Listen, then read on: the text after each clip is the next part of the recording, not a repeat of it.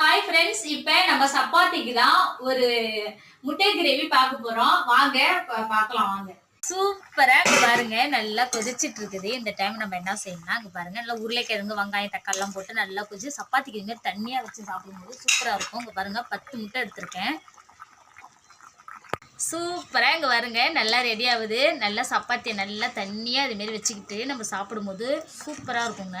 இப்போ நான் எப்படியுமே என்ன பண்ணுவேன்னா, எப்போ முட்டை நான் போட்டாலும் எனக்குன்னு ஒரு முட்டை நான் எடுத்து எப்போதுமே நான் முட்டை போடும்போது இதுமாரி நான் முட்டை குழம்புல போடும்போது நான் அழகாக ஒரு முட்டை எடுத்து சாப்பிடுவேன். எனக்கு ரொம்ப பிடிக்கும். சூப்பராக ரெடி ஆகிடுச்சுங்க. இந்த டைம் நம்ம மல்லித்தழை போட்டு நம்ம தூக்கி இறக்கும் போது அருமையான முட்டை குழம்பு, இங்கே பாருங்கள், முட்டை கிரேவின்னு சொல்லலாம், முட்டை குழம்புன்னு சொல்லலாம். சூப்பராக ரெடி ஆகிருக்குது. இப்போ சாப்பிட்றது தான், சப்பாத்தி வச்சு சாப்பிட வேண்டியதா.